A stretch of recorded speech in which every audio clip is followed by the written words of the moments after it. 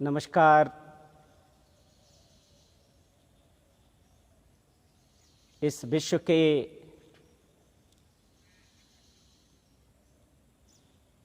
हर कोने में छुपे हुए बुद्धिमान, बुद्धिजीवी, मानव प्रेमी, जगत प्रेमी, ईश्वर प्रेमी मेरे भाइयों एवं बहनों को मेरा नमस्कार। आज यहाँ पर लाइव आने का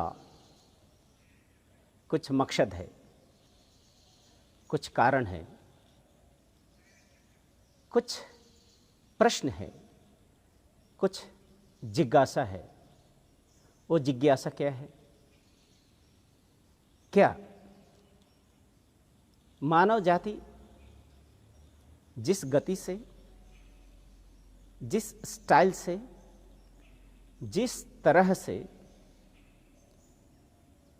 चल रहे हैं, क्या ये सही चल रहे हैं? सामाजिक जो गतिधारा है, क्या ये सही चल रहे हैं? और अगर नहीं चल रहे हैं तो बुद्धिमान, बुद्धि प्रधान मानव प्रेमियों का क्या कर्तव्य बनता है? जहां तक हम जानते हैं, मानव जाति निद्रित अवस्था में है, निद्रा की अवस्था में है, सोए हुए हैं। इसलिए सोए हुए जो सुप्त मानवता है उसको जगाना होगा। उनमें ये भावनाएं जगानी होगी कि इस धरती पे वो आए हैं ऐसे ही निरर्थक नहीं, उसके जीवन को सार्थक बनाना है। संपूर्ण मानव जाति आज बर्बादी, ध्वंस के कगार पे खड़े हैं। सिर्फ हम ये धरती रूपी ग्रह के बारे में बताना चाहेंगे कि इस धरती रूपी ग्रह के जो मानव है, बुद्धिदीप्त मानव है, मनुष्य है, मानव शिशु है, आज खतरे के निशाने पे आगे खड़े हो गए हैं, ध्वंस के कगार पे खड़े हैं, on the verge of total extension हर तरह से। इसलिए एक रेनेसांस की जरूरत है, एक पुनः जागरण की जरूरत है, जिसको पुनर्जागरण कहते हैं। जनरली लोग रेनेसांस को नव जागरण कहते हैं, बट जगतगुरु श्री श्री आनंद मूर्ति जी कहते हैं नहीं, पुनर्जागरण की जरूरत है। सोए हुए मानवता जब जगेंगे उसको पुनर्जागरण करते हैं। और ये पुनर्जागरण किस लिए? ये पुनर्जागरण इसलिए कि मानव जाति, मानव इतिहास और मानव का जो धरोहर है ये गौरवोज्जल हो, ये बुद्धिदीप्त हो, विवेक संपूर्ण हो, आध्यात्म प्रधान हो, प्रगतिशील हो। मानव जाति का इतिहास मानव जाति को कभी एक कलंकित इतिहास न कह दे, ये न कह दे कि ये 20वीं सदी 21वीं सदी के लोग इस तरह से कलंकित मानव जाति के नाम पर एक धब्बा है, ऐसा नहीं कह दे। जनरली आज मनुष्य जो है, हम लोग भी यही कहते हैं कि विज्ञान का युग में है हम। फैक्ट ऐसा है क्या? विज्ञान का युग क्या है? जब पहला मानव शिशु मनुष्य के रूप में इस धरती पे आए थे, वो विज्ञान के साथ ही जन्म लिया और इस धरती के अंतिम मनुष्य तक वो विज्ञान में ही जिएंगे, क्योंकि मानव जाति और विज्ञान का जो संबंध है वो अविच्छेद्य है। विज्ञान के बिना मानव जाति का उत्थान हो ही नहीं सकता। इसलिए हम ये नहीं कह सकते हैं कि आज हम वैज्ञानिक युग में जी रहे हैं। हाँ, जिस समय पत्थरों का औजार बना था वो भी वैज्ञानिक युग था, वो भी मॉडर्न युग ही था। जिस समय बोन्स युग, हड्डियों के औजार बनते थे, वो भी मॉडर्न युग ही था। जिस समय अग्नि का आविष्कार किया वो भी मॉडर्न युग ही था। जिस समय पहिए की आविष्कार हुई वो भी मॉडर्न युग ही, आधुनिक युग थे उस समय के लिए। वो भी विज्ञान का ही युग था। विज्ञान कोई फिक्स्ड, कोई ज्ञान की लकीर नहीं है। विज्ञान तो प्रगतिशील भाव है, ज्ञान का प्रवाह है जो मनुष्य को ज्ञान से, ज्ञात से अज्ञात की ओर ले जाता है। इसीलिए सभ्यता के उस काल से ही विज्ञान के साथ मनुष्य का अविच्छेद्य संबंध रहा है और रहेगा। इसलिए वैज्ञानिक युग में तो हम हैं। हाँ, पहले की तुलना में मानविक सोच हर तरह से आगे बढ़े हैं, किंतु ये जो विज्ञान का मतलब क्या होता है? मनुष्य का जो अग्रगति है हम 3 क्षेत्र में देख सकते हैं। कैसे? पहला है विज्ञान का आविष्कार। दूसरा क्या है? दूसरा है मानविक अग्रगति। तीसरा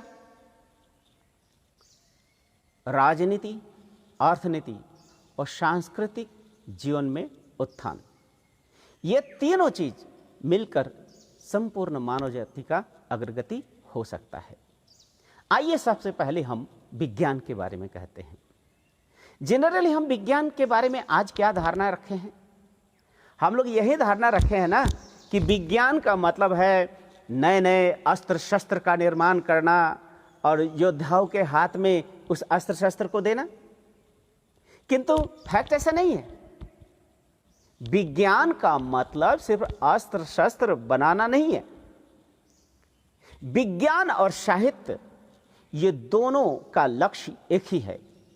तो साहित्य का मतलब होता है कि जो साहित्येन जहसा साहित्य, अर्थात जो मनुष्य के कल्याण और आनंददायक, सिर्फ आनंद नहीं, वो आनंद भी देगा और मनुष्य का सर्वात्मक उत्थान भी होगा, जिसके द्वारा वो साहित्य है। एग्जैक्टली विज्ञान भी मनुष्य के कल्याण और आनंद देने के लिए ही है। दोनों का लक्ष्य सेवा है, दोनों का लक्ष्य है सेवा। इसलिए विज्ञान का सद्व्यवहार, विज्ञान का सही उपयोग इंपॉर्टेंट है। वैज्ञानिक प्रगति होंगे। विज्ञान एक ऐसा क्षेत्र है, ऐसा ज्ञान का अनंत प्रवाह है जो मनुष्य के अज्ञात चीजों के जितने भी रहस्य है उस रहस्य को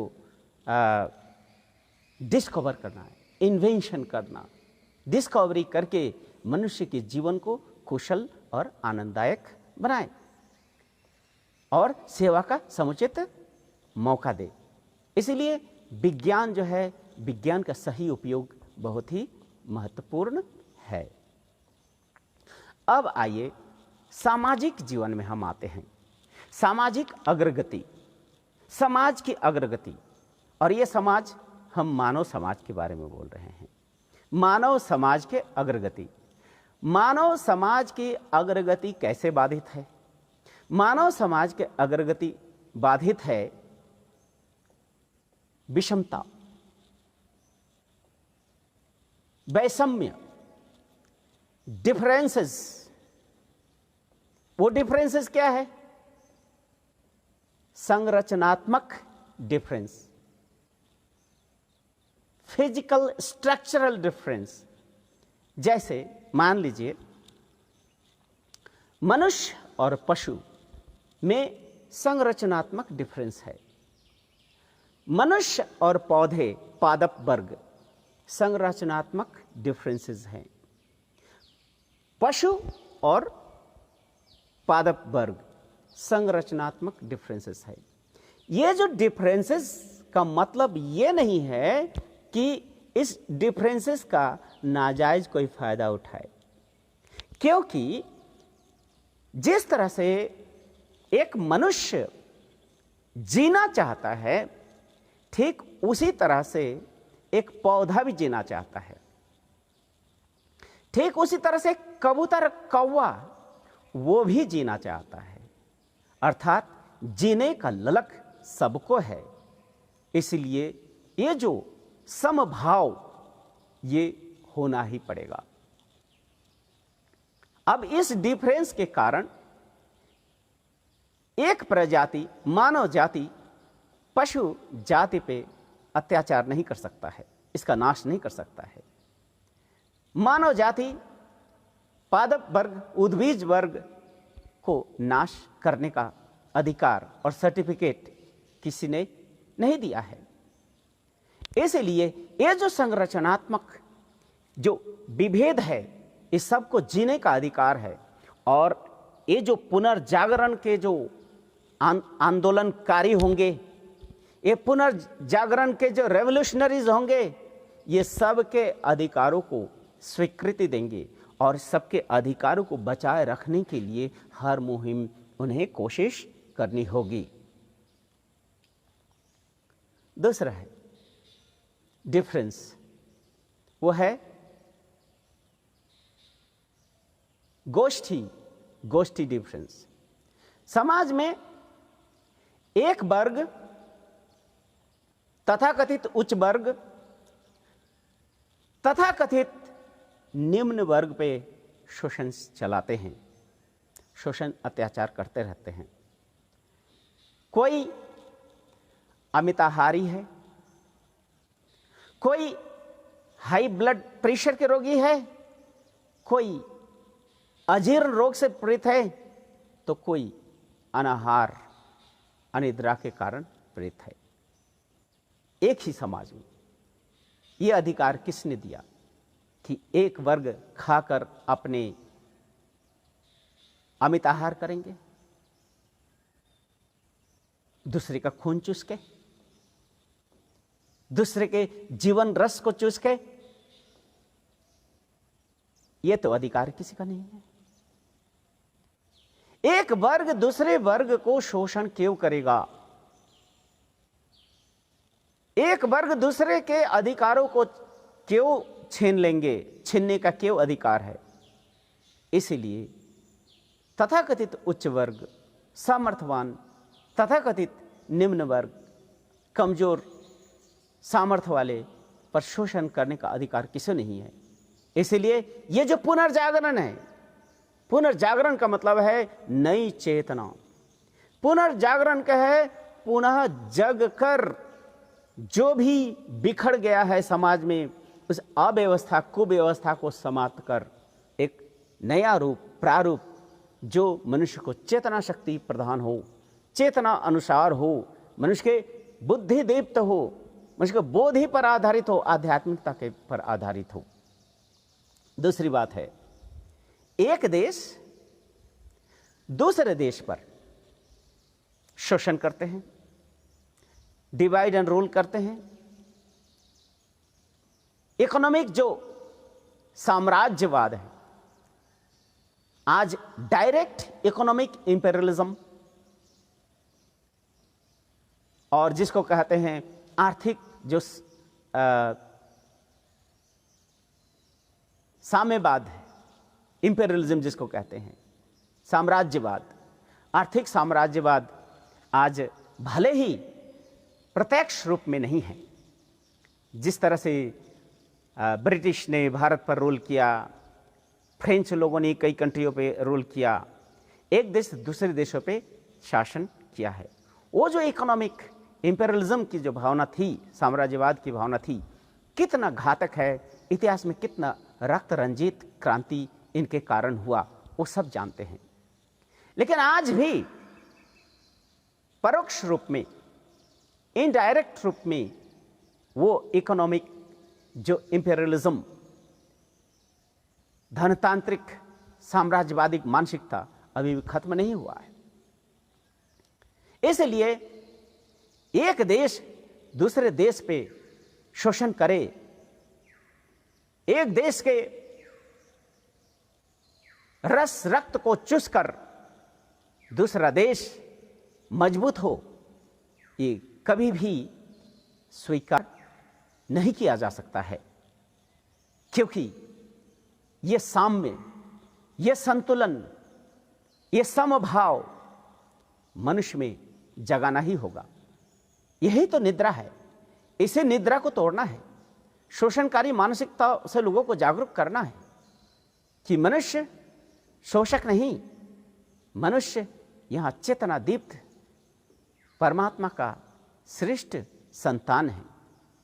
यहां इस जगत पे एक दूसरे को शोषण करने नहीं आया है। दूसरी बात, आर्थिक विषमता। आर्थिक विषमता को आप जानते हैं, इकोनॉमिक डिस्पेरिटी जिसको कहते हैं, कितनी भयंकर है। आर्थिक डिस्पेरिटी आज पूरे वर्ल्ड में हर इंसान जानता है कि इकोनॉमिक डिस्पेरिटी क्यों है। किसी के पास हजारों लाखों करोड़ है, किसी के पास 100 रुपए भी नहीं है। इसको करते हैं अर्थनैतिक डिस्पेरिटी या विषमता। क्या इस अर्थनैतिक विषमता को हम प्रश्रय देंगे? क्या हमें स्वीकारना चाहिए? हम अगर अपने आप को मॉडर्न युग के मॉडर्न लोग कहते हैं तो फिर ये तो मॉडर्निटी नहीं है। मॉडर्निटी का मतलब होता है विकास, मॉडर्निटी का मतलब होता है प्रगतिशील, मॉडर्निटी का मतलब अग्रगतिशील, मॉडर्निटी का मतलब है रेशनलिटी, मॉडर्निटी का मतलब युक्ति, विज्ञान। यह है मॉडर्निटी। यहां पर युक्ति, विज्ञान, विवेक, विचार खत्म हो जाता है, उसको मॉडर्निटी कैसे कह सकते हैं? अगर मॉडर्निटी कहो तो हर चीज में मॉडर्न बनो, तुम्हारे सोच में, तुम्हारे विचार में, तुम्हारे करनी में, तुम्हारे कथनी में, हर चीज में मॉडर्न बनो। दूसरे को शोषण करने के लिए, दूसरे को निपीड़ित करने के लिए, निपीड़न करने के लिए, दूसरों को छोटा करने के लिए, दूसरों को जलील करने के लिए कभी ये मॉडर्निटी नहीं है। इसलिए ये जो आर्थिक वैषम्य है, इसको तो खत्म करना ही होगा। इस डिस्पेरिटी को खत्म करना ही पड़ेगा। ये रेनेसांस के जो रेवोल्यूशनरीज है, जो कार्यकर्ता होंगे, उन सबको, ये सब को अपने साथ में लेके चलना होगा। आप जानते हैं डिस्पेरिटी इकोनॉमिक एस्पेक्ट में, जाति भेद, रेशियलिज्म कितना भयावह है। आज अभी भी पूरे दुनिया में तो है ही, मैं इस भारतवर्ष के बोल रहा हूं, अभी भी समाज में के जो तथाकथित उच्च वर्ग है, वो तथाकथित निम्न वर्ग को हे दृष्टि से ही देखते हैं। कहाँ है मॉडर्निटी? ये भेदभाव खत्म करना होगा। इस चीज के लिए एक बहुत बड़ा मुहिम, एक आंदोलन करना ही पड़ेगा। ये करना ही है, नहीं तो मानव जाति को ऐसे गिद्ध भालुओं के हाथ में छोड़ नहीं सकते, शोषकों के हाथ में छोड़ नहीं सकते हैं। एक रेनेसांस, एक मूवमेंट है, एक क्रांति है, वैचारिक क्रांति है। इस क्रांति से जितने भी शोषणकारी, दमनकारी जो मानसिकता वाले, वो धुल जाएंगे, भाग जाएंगे। इसलिए रेनेसांस की जरूरत है, पुनर्जागरण की जरूरत है। जगना होगा। समाज में विषमता, नारी पुरुष भेदभाव एक भयंकर रोग है जो आज भी मौजूद है हमारे समाज में। अभी भी नारी को कमजोर समझने वाले, नारी शक्ति को कमजोर समझने वाले बहुत मिलेंगे, बहुत मिलेंगे। एक समय था, कई 100 साल वर्ष पहले, नारी जाति को वोट देने का अधिकार नहीं था। नारी जाति को मंदिर प्रवेश निषेध था। आज भी बहुत सारे जगह पे मंदिर में, मस्जिदों में, पूजा स्थल में प्रवेश निषेध, धर्म ग्रंथ को पढ़ना निषेध। ये सब क्या है? कितना हीन और नीच भाव है। नारी और पुरुष ये दोनों परमात्मा के ही इस सुंदर सृष्टि है, जिसके माध्यम से ये सृष्टि रचना लालित पालित हो रहा है। एक के बगैर दूसरे का जीवन अधूरा है, एक के बगैर दूसरा आगे बढ़ ही नहीं सकता है। इसीलिए नारी पुरुष का ये भेदभाव नहीं रहना चाहिए। नारी पुरुष का भेदभाव सिर्फ और सिर्फ बायोलॉजिकल है, साइकोलॉजिकल नहीं है। साइकिल क्षेत्र में नारी भी उतनी ही मजबूत है, उतनी ही पाक पवित्र है, और आध्यात्मिक जगत में भी इस तरह का कोई डिफरेंस नहीं है। इसलिए ये जो नारी पुरुष का भेदभाव, और दूसरी बात, नारी कोई गाय है, नारी कोई कपड़े का पोटली है जो किसी को दान में दे दिया जाए, ये अपमान है नारी जात की, ये ह्यूमिलिएशन है, नारी जात के प्रति अन्याय है, अत्याचार है। और ये जो हमारे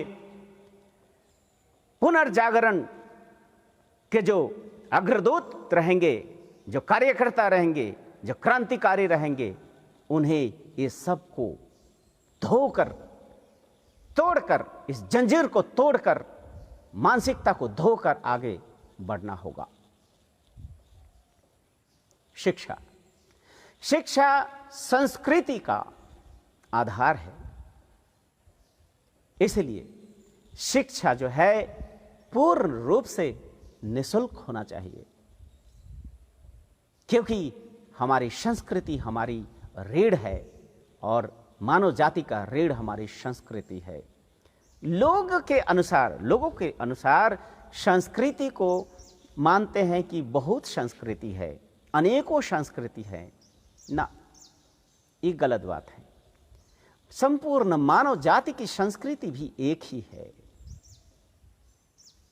किंतु इनकी जो अभिव्यक्तियां हैं वो अभिव्यक्तियां अलग अलग है। और ये अभिव्यक्तियां ज्योग्राफिकल है, टोपोग्राफिकल है, क्लाइमेटिकल है, ये एक्सटर्नल है, ये बाहरी है। जो भी सांस्कृतिक जो विभिन्नताएं हम देख रहे हैं ये बाहरी है, किंतु अंदरूनी, अंदर की जो भावधारा है वो एक ही है, वो है मानव प्रीति, मानव प्रेम, जगत कल्याण, जगत का उत्थान। सभी मनुष्य, कोई भी बुरा नहीं होना चाहता है, सभी मनुष्य अन्याय के विरुद्ध में लड़ते हैं, सभी मनुष्य गलत चीज को प्रश्रय नहीं देते हैं। जो समाज जिसको गलत कहते हैं उनकी गलती प्रमाणित होती है, फिर भी मनुष्य गलत नहीं होना चाहता है। एक चोर भी कहता है कि मैं चोर नहीं हूं, कि जानता है चोरी करना गलत है। डाकू है, डाकू भी नहीं बोलता कि मैं डाकू हूं, क्योंकि वो जानता है ये गलत है, इसलिए वो भी अच्छा बनना चाहता है। इसलिए समाज में जो सांस्कृतिक जो अभिव्यक्तियां अलग हो सकता है, किंतु अंदरूनी जो भाव है, अंदर की जो भाव है, इंटरनल जो भाव है, वो है क्या है? आनंद की ओर जाना। सब आनंद प्राप्त करना चाहता है, सभी सुखी रहना चाहता है, कोई भी गलत पथ पे चलना नहीं चाहता। इसलिए किसी भी इंसान को गलत पथ पे जाने के लिए कोई मजबूर ना करें, उनको इस तरह से प्रेरित करें कि वो जीवन में हमेशा सोचे कि उनका जीवन यूजफुल है, वर्थफुल है, वर्थलेस नहीं है। Inspire everyone to build their career in such a way that no one get chance to think that their life is useless. किसी को यह सोचने का मौका नहीं देना चाहिए कि किसी का जीवन व्यर्थ हो गया है। अगर ऐसा करता है तो ये सामाजिक अपराध है। इसलिए संस्कृति हमारी मानविक संस्कृति है, ह्यूमन कल्चर है, वन एंड इनडिविजिबल, अविभाज्य हमारी संस्कृति है संपूर्ण मानव जाति की। हाँ, मनुष्य के बाहरी रंग रूप का ये डिफरेंसेस है, ये भी बाहरी है, कोई काला है, कोई गोरा है, कोई पीला है, कोई भूरा है, तो ये सारे चीज बाहरी है। Internally all human are tied with one thread, that is the humanity, और ह्यूमैनिटी का मानव प्रेम इसी से जुड़ा हुआ है। इसलिए हमारी जो शिक्षा है, शिक्षा को निःशुल्क तो करना ही होगा, और शिक्षा सिर्फ नौकरी और पैसों के लिए नहीं। शिक्षा मनुष्य के भौतिक, मानसिक और आध्यात्मिक त्रिस्तरीय सर्वात्मक विकास और सर्वात्मक मुक्ति का पथ दिखाता है। इसलिए एजुकेशन है वो सबको अधिकार है एजुकेशन प्राप्त करना। ए टू जेड संपूर्ण मानव जाति के एक एक शिशु को एजुकेशन प्राप्त करने का अधिकार है, और ये 100% निःशुल्क होना चाहिए, फी नहीं होना चाहिए। और शिक्षा, उन्नत तकनीक और आध्यात्मिक दर्शन, ये दोनों का ही एक समन्वय होना चाहिए, एक दोनों के हैप्पी ब्लेंडिंग होना चाहिए। इस तरह से समाज के जहाँ भी कुरीतियाँ हैं, अंधविश्वास है, कुसंस्कार है, जो मानव प्रगति के बाधा है, उसको हटाकर एक नई विचार, नई क्रांति लाकर हम मानव का जो गौरव है उसको प्रतिष्ठित करेंगे, करना ही होगा। इसलिए आइए हम सब ये भागवत धर्म के पथ पर चल के, भागवत धर्म तंत्र योग के साधना के माध्यम से हम संपूर्ण विश्व में रेनेसांस लाए, एक नव जागरण लाए, और भगवान श्री श्री आनंद मूर्ति जी की जो भावधारा है संपूर्ण विश्व में एक नई दिशा, नई डायरेक्शन, नई रणनीति, नई कार्यनीति, नई ज्ञान नीति लेकर हम आगे बढ़े, जिससे मानव जाति का इतिहास गौरव उज्जवल हो, भविष्य गौरव उज्जवल हो। यही मेरा कहना है मेरे प्यारे भाइयों, उठिए, जगिए, अब सोने का समय नहीं है, अब जगने का समय है। यही पुनर्जागरण की आह्वान है। धन्यवाद, नमस्कार।